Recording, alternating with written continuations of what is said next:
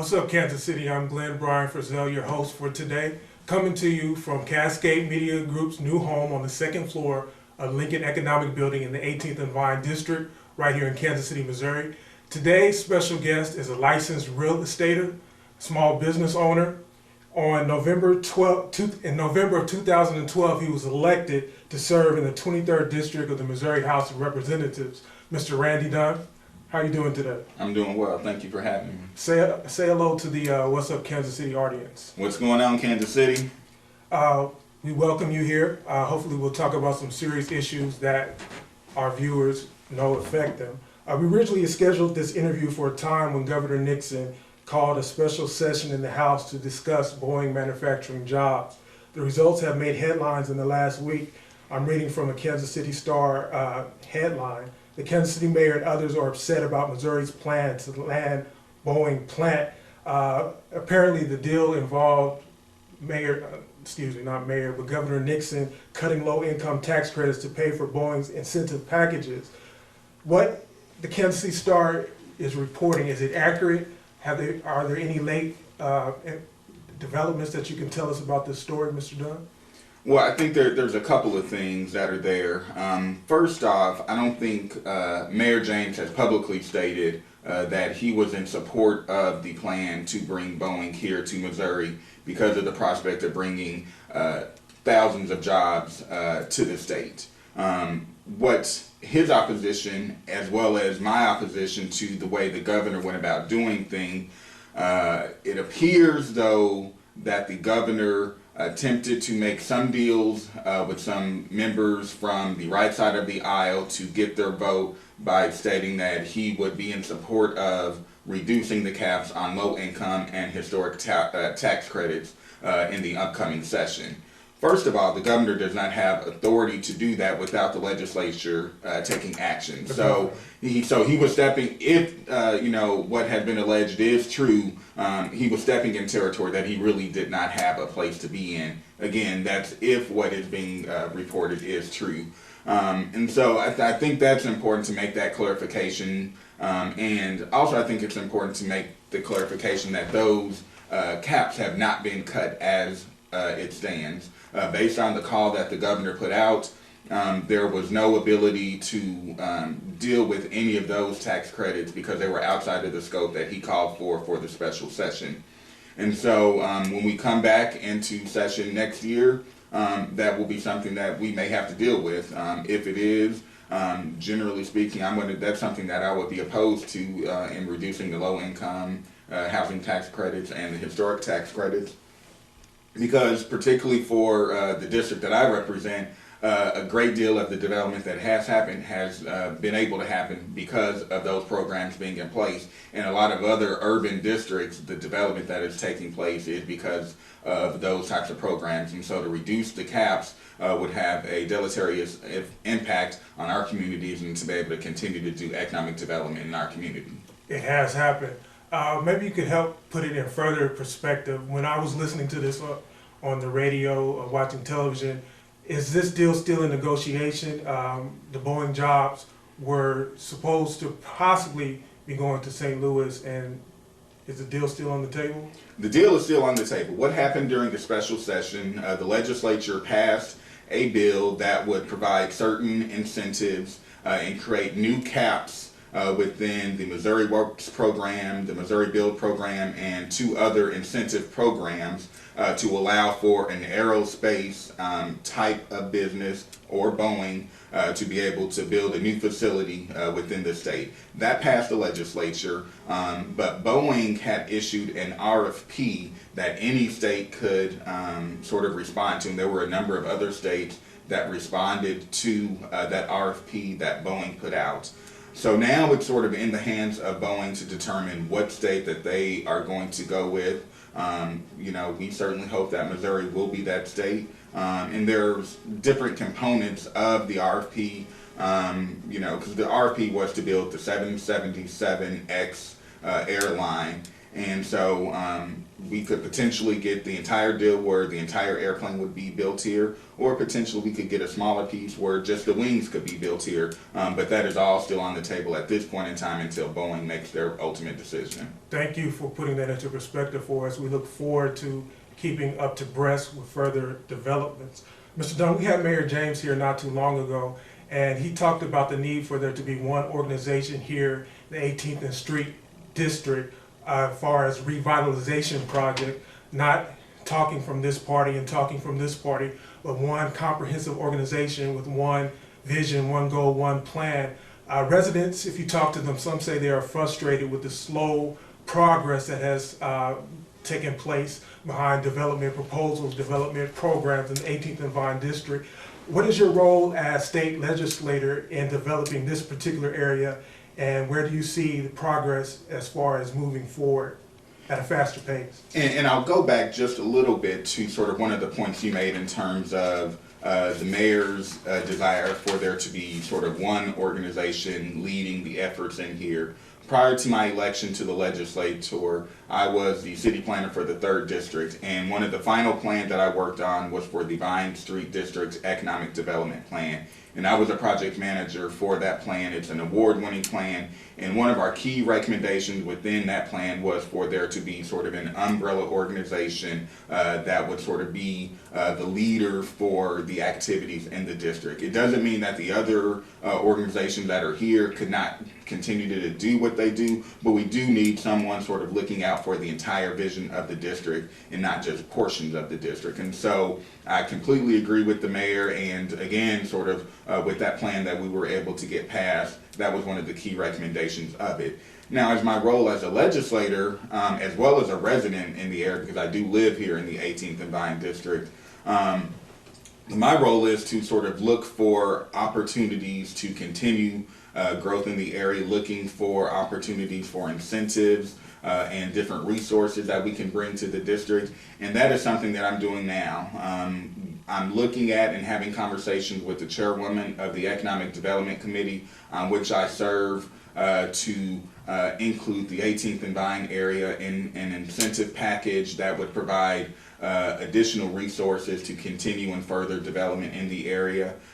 We were successful in getting a grant for the district through Main Street, Missouri, to designate the district as a Main Street community, which again would bring in additional resources, particularly as it relates to tourism within the district. And so that's something that we want to continue to move forward on as well. Do you have any type of specific incentives in mind? Do you say incentives? Yeah, well, there is the land assemblage tax bill, which came before the legislature last year. But then the land assemblage bill, there are certain things that one would be able to do in terms of encouraging development and bringing in additional businesses. For that bill last year that went through the legislature, there was sort of a project that was targeted for Kansas City and a project that was targeted for the St. Louis area. The Kansas City project at that point in time was the Bannister Mall redevelopment. That was sort of taken out of that bill. The governor appropriated some monies to be able to fund that project, and that redevelopment it will be getting underway soon. However, having said that, that bill will likely be coming up again next year, and I think it's important that we have another Kansas City project within there, which is why I'm advocating for the 18th and Vine area to be that area for Kansas City to be included within that bill. So that's just one potential incentive that we're looking at for the district.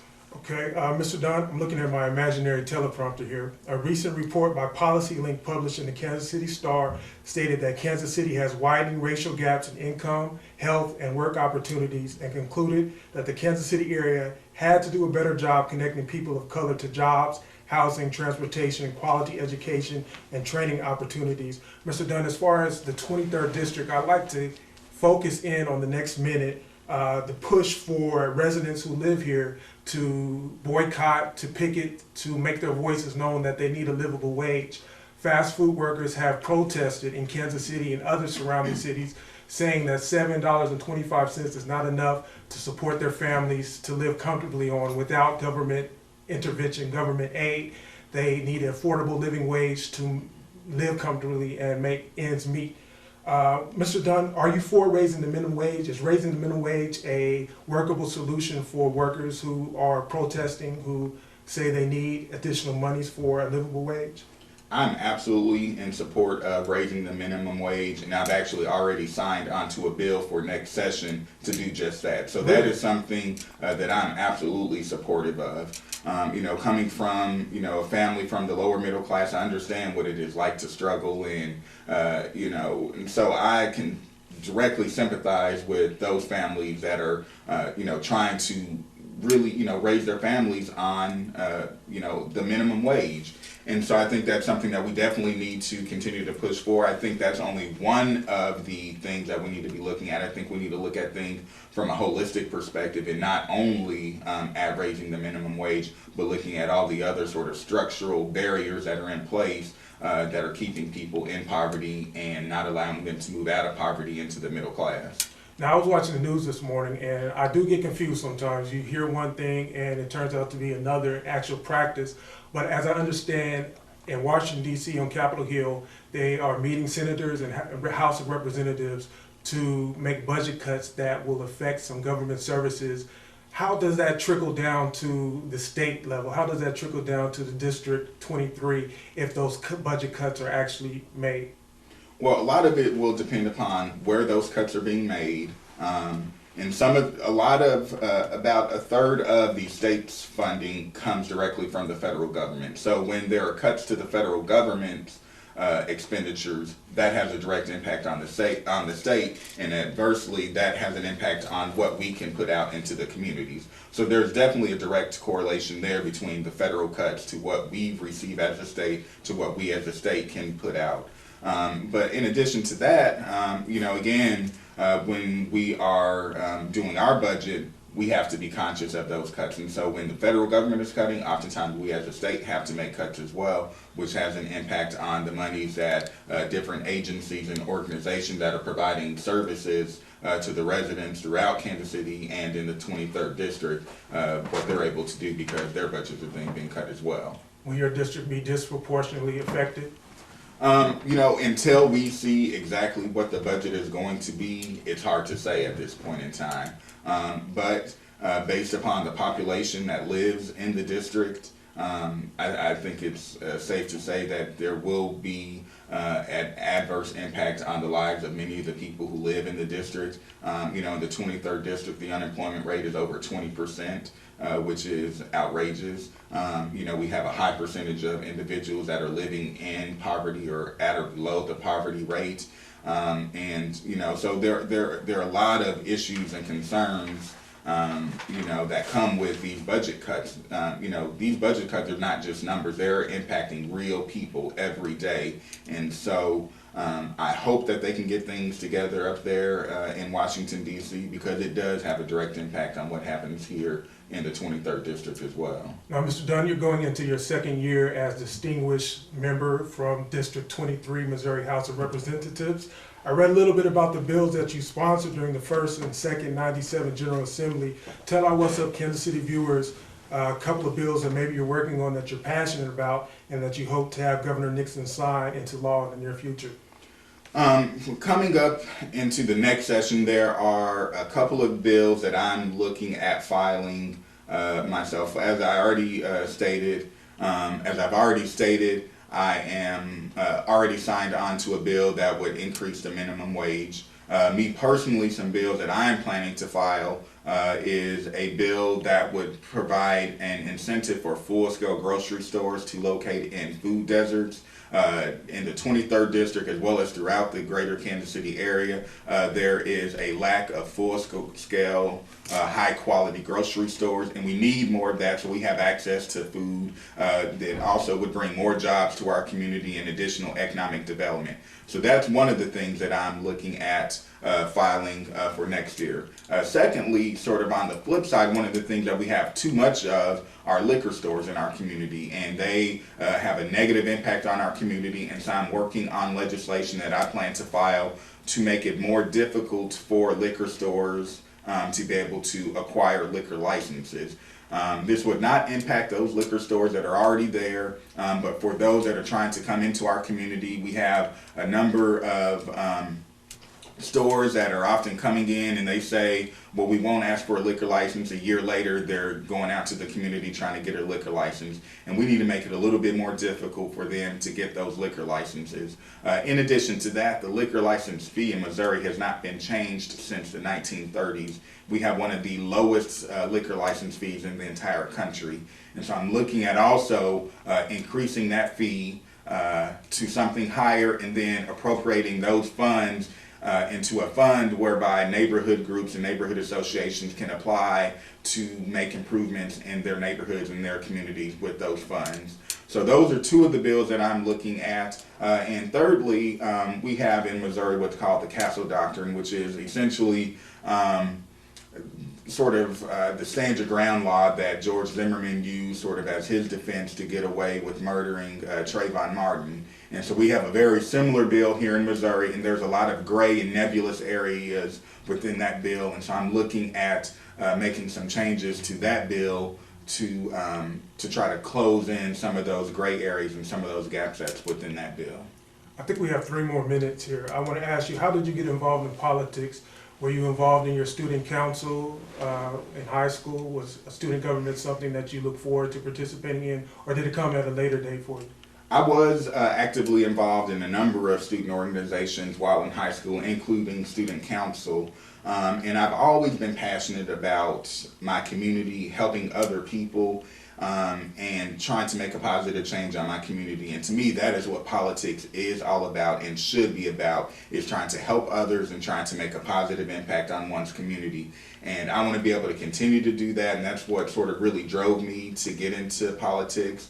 I did not necessarily get into politics viewing myself as being the candidate. I worked on a number of other campaigns, and sort of after some self-reflection, I thought, I think that I can do a good job advocating for the folks in my community, and thankfully they felt the same way and they elected me, and hopefully they will re-elect me to be able to serve them again in the future. Well, from what you're telling us, you definitely have the people's interest at heart, and you're doing the right thing. I mentioned earlier that you're a licensed real estater and a small business owner. Yes. Yeah, and I got my real estate license while I was finishing my master's degree. It was sort of, initially I got it sort of as a backup in case I wasn't able to find employment. Thankfully I was able to find employment, but having the real estate license also sort of opened other doors for me. And for the last 2.5 years, I've owned my own business, Dunn LLC, which is a consulting firm where we do a number of activities working with other small businesses, as well as doing community engagement, public meeting facilitation, as well as urban planning related activities. How would someone be able to get in touch with you if they wanted more information about that? If they want to get in contact with me, they can contact me via email at randyddunn@gmail.com. And for any legislative related activities, they can contact me at my office at 573-751-0538, or by emailing my assistant, Stephanie Bias, at stephanie.bias@house.mo.gov. I wanted to touch on this briefly. Do we have a minute? If we have a minute. There's this article in the New York Times that kind of serves to debunk this whole acting white myth.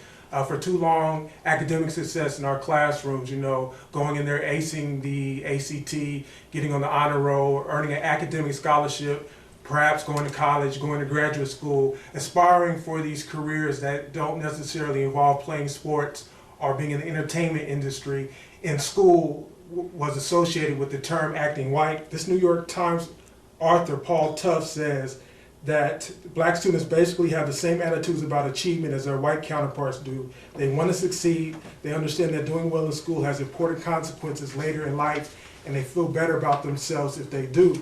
I guess, Mr. Dunn, why do you think we've had this misconception about academic success? If I'm academically succeeding, I'm acting white, and we don't associate it with acting black. I mean, we've had many heroes and sheroes in our African American community who've been scholars and gone on to do wonderful things. Is success a curse word in our community? Absolutely not. We have a lot of examples in our community of successful people who have achieved through their academic pursuits. And I'll just say this, I don't believe in acting white. There is no race has any monopoly over being smart. And so I don't believe and I don't buy into that notion of being smart is acting white. Simple as that. All right, Mr. Dunn, I'll give you the final word. I just want to say, first of all, thank you again to Cascade Media for having me on. And I look forward to continuing to serve the residents of the 23rd District. We've got a lot of progress that we've been able to achieve thus far, and we've got a lot more work that we need to do moving forward into the future. And I look forward to continuing to be there, working side by side with the residents of the 23rd District into a new future. Awesome. Cascade Media Group viewers, go online, check out more video at www.whatsupkansascity.net. And remember, the sky's the limit. Aim for the moon. If you miss, at the very least, you would have landed among the stars. I'm Glenn Brian Frizzell signing out. Until next time. What's up, Kansas City? I'm Brianna Garlington. I'm Charles Williams. And I'm Derek Parker. And we are CMG. CMG. And we would like to welcome you to follow both websites. That's whatsupkansascity.net and cascadesports.tv. Some of our programs consist of Are You Awoke?, Coach's Corner, and many more interviews, news, and blogs. Be sure to like our Facebook page and follow us on Instagram at Cascade Media Group and Twitter at What's Up KC and Cascade Sports. And remember, the victory we call success Goes to the best prepared. And when you invest in your community, You are really just investing in yourself. so don't just like it, share it.